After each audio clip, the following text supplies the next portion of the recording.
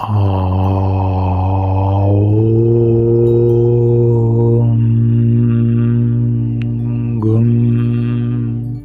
ഗുരുഭ്യോ നമ. ഏവർക്കും പ്രണാമം. നമുക്ക് ശ്രീ വാൽമീകി രാമായണത്തിലേക്ക് തന്നെ മടങ്ങാം.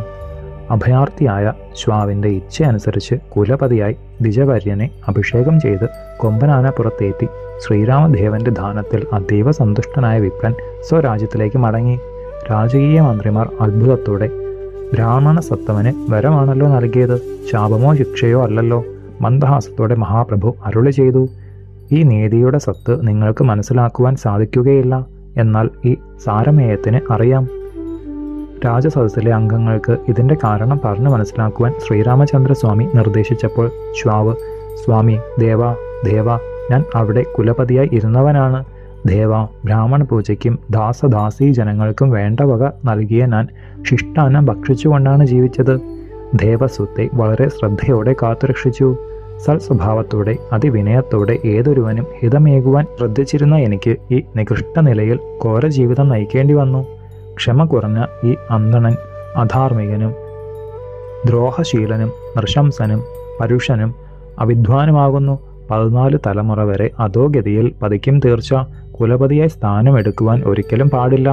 ബന്ധുക്കൾ, പുത്രന്മാർ, ഗോക്കൾ എന്നിവരടക്കം ഒരാളെ നരകത്തിൽ വീഴ്ത്തുവാൻ ദേവാലയങ്ങളുടെയും ഗോക്കളുടെയും ബ്രാഹ്മണരുടെയും മേൽനോട്ടം കൊടുത്താൽ മതിയാകും.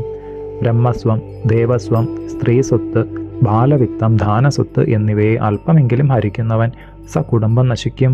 ബ്രഹ്മസ്വവും ദേവസ്വവും എടുക്കുന്നവൻ ഘോര നരകത്തിൽ വീഴുമെന്നതിന് സംശയമില്ല. ശ്രീരാമചന്ദ്ര പ്രഭു മനസ്സുകൊണ്ട് പോലും ദേവസ്വ ബ്രഹ്മസ്വങ്ങൾ എടുത്താൽ നരകത്തിൽ നിന്ന് നരകത്തിലേക്കാണ് അവൻ്റെ യാത്ര.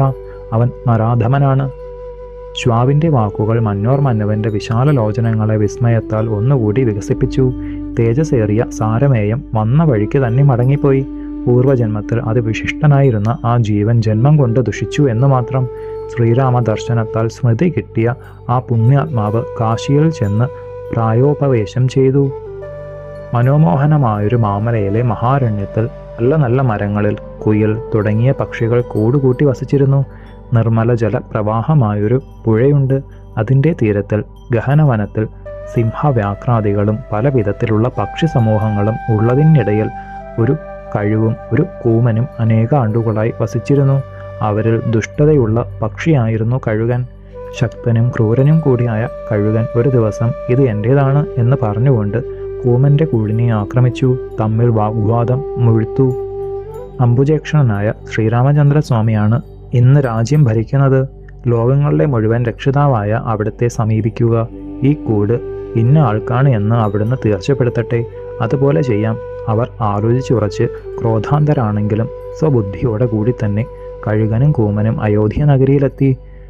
രഘുരാമരാജന്റെ തൃക്കാലുകളിൽ വണങ്ങി പരസ്പരം കലഹിച്ച് വൈരമാർന്ന അവർ നൃപേന്ദ്രനെ നോക്കി.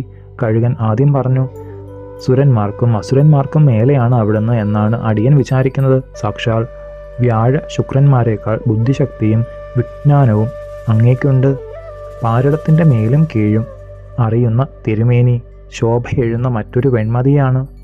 അർക്കനെ പോലെ ആർക്കും നോക്കുവാൻ കഴിയാത്തവൻ, ഗൗരവത്താൽ ഹിമാലയ തുല്യൻ, ഗാംഭീര്യം കൊണ്ട് അപാരസാഗര ദൃശ്യൻ, ലോക സംരക്ഷണത്തിൽ അന്തകൻ, ക്ഷമാശക്തിയിൽ ഭൂമി സദൃശൻ, വേഗത്തിൽ വായു ഭഗവാൻ, പുകഴാണ്ട കാകുൽസ്ഥൻ, സർവസമ്പന്നനായ ഗുരു, സർവാസ്ത്ര വിധിപാരകനായ അവിടുന്ന് അല്പമൊന്ന് അമർഷിയാൽ ദുർജയനായ ജിഷ്ണുവാണ്.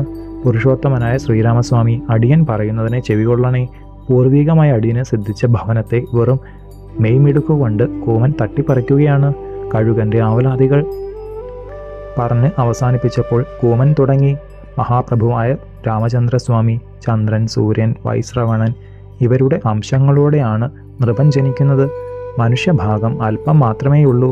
അവിടുന്നാകട്ടെ സർവചരാചരമയനായ മഹാവിഷ്ണുവിൻ്റെ അന്യമായൊരു ആകൃതി വിശേഷം പോലെയാണ്.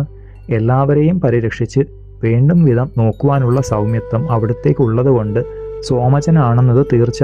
ദാനം, ദണ്ഡം, കോപം എന്നിവകളാൽ പാപഭയം നശിപ്പിക്കുന്ന പ്രജേശ്വരനായ അവിടുന്ന് ദാതാവും ഗോപ്താവും ഹർത്താവും ആകയാൽ ദേവേന്ദ്ര തുല്യനായിട്ടാണ് തോന്നുന്നത്. ഏതൊരു ജീവിക്കും നോക്കുവാൻ കൂടി സാധിക്കാത്തവനും തേജസ് കൊണ്ട് അഗ്നിസദൃശനും പാർത്തലത്തിന് നിത്യം ചൂടേകുന്നവനുമായ അവിടുന്ന് ആദിത്യനെ പോലെയാണ് ഞങ്ങൾക്ക് തോന്നുന്നത്. സാക്ഷാൽ വൈശ്രവണനേക്കാൾ മീതെയാണ് ഞങ്ങളുടെ തമ്പുരാൻ. ലക്ഷ്മി ഭഗവതി അധിവസിക്കുന്നതേ അവിടുത്തോടൊന്നിച്ചാകിയാൽ ധനധനേക്കാൾ അധികം പ്രഭാവം എന്നവനായിട്ടാണ് ഞങ്ങൾ കാണുന്നത്. ചരാചരങ്ങളായ എല്ലാം തുല്യനിലയിലാണ് അവിടത്തേക്ക്. ശത്രുക്കളെയും മിത്രങ്ങളെയും നോക്കുന്നത് ഒരേ ദൃഷ്ടിയിൽ, കാര്യങ്ങളുടെ തീർപ്പ് ചെയ്യുന്നത് ധർമ്മം തന്നെ ചെയ്യുന്നത് പോലെ. മഹാപ്രഭുവായ രഘുരാമ, അവിടുത്തെ കോപത്തിൻ്റെ ഒപ്പം എത്തുവാൻ മൃത്യു ഓടി അണയും. അമിത പരാക്രമിയായ അവിടുത്തെ അതുകൊണ്ടാണ് അന്ധകനാണെന്ന് പറയുന്നത്. ഈ മനുഷ്യഭാവം കൂടി രാജരാജേശ്വര ജീവജാലങ്ങളിലെല്ലാം കാരുണ്യം വർഷിക്കുന്നു. ബലം ഇല്ലാത്തൊരു അനാഥ പ്രജയ്ക്ക് ആശ്രയവും ശക്തിയും നൃപാലകനല്ലേ. കണ്ണില്ലാത്തവന് ഉത്തമ ചക്ഷുസ്സുകളും ഗതിയറ്റവന് ഗതിയും ഞങ്ങളുടെ നാഥനായ അവിടുന്നാണ്. ദേവമാനവന്മാർക്കു കൂടി ശാസിതാവായ അവിടുന്ന് എൻ്റെ വാക്കുകൾ ചെവികൊള്ളണേ. ഹേ ധാർമ്മികാഗ്രസര, ഈ അടിയൻ്റെ കൂട്ടിൽ വന്ന് ദ്രോഹിക്കുകയാണ്. ശേഷം ചെല്ലുന്ന നമുക്ക് അടുത്ത ഭാഗത്തിലൂടെ കാണാം. ഗുരുപാദങ്ങളിൽ സാഷ്ടാംഗ പ്രണാമത്തോടെ നമസ്കാരം.